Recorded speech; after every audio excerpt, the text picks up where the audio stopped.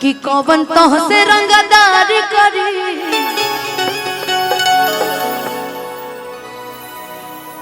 इतना सिचुएशन पे गाना हमारे लिखाइल पर हम गाना पहले आज ओकर तूड़ दे हम सारा भरा।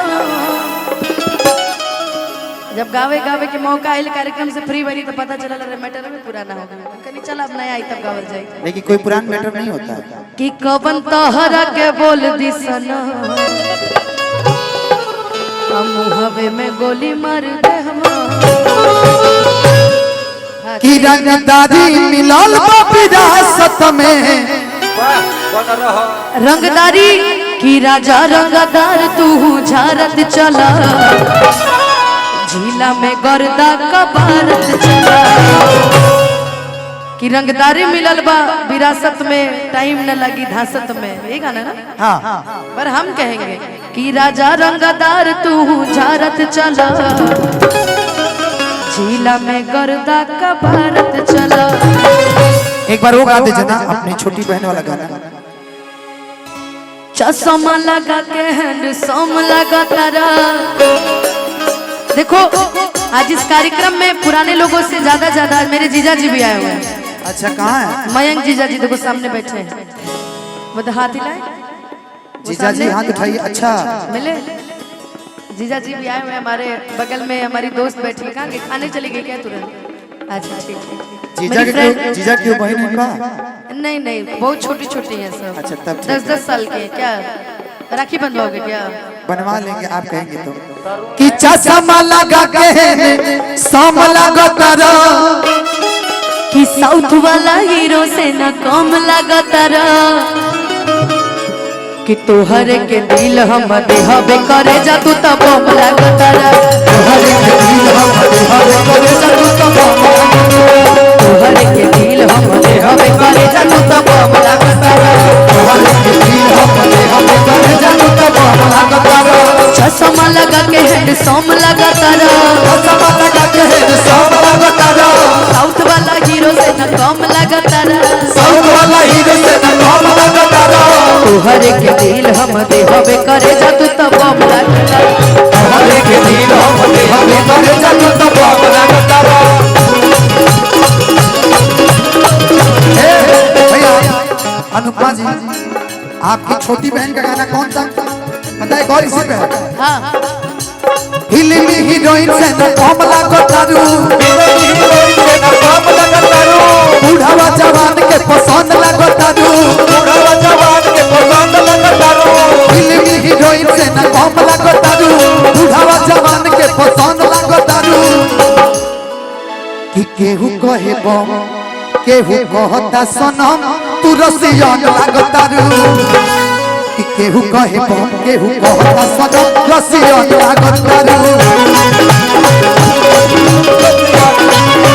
केहू कहे बम केहू कहता सनम रसियन लगा तारू।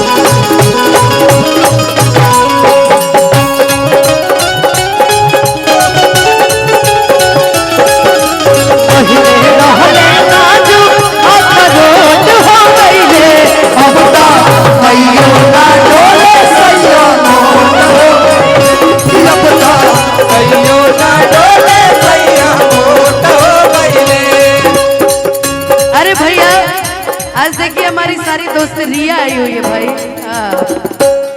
ही राजा हो धीरे धीरे हंस के रिया बहुत बहुत स्वागत बहुत बहुत वेलकम।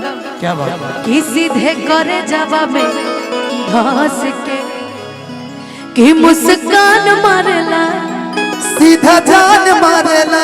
ने हम अपने बलमुआ की बात बता रहे हैं आपको। अच्छा कि मुस्कान मारेला सीधे जान मारेला। लेकिन जब बलमुआ के अपने बात की तो मैंने बोला कि बलमुआ बेदर्दी आज सतावल करेला कबो दिया उठावल करेला बलमुआ बेदर्दी सतावल करेला बलमुआ बेदर्दी सतावल करेला कबो दिया उठावल करेला कबो दिया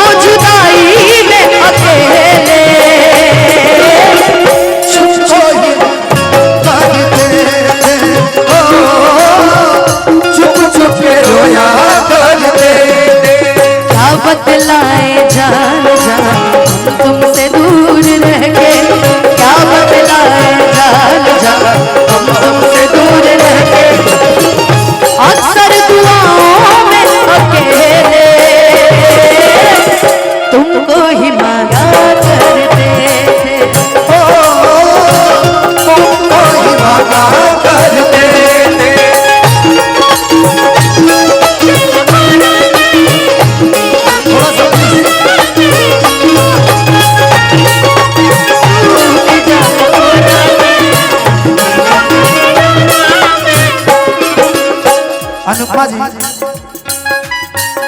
नियत खराब होला बहे पूरा भैया को बहु न से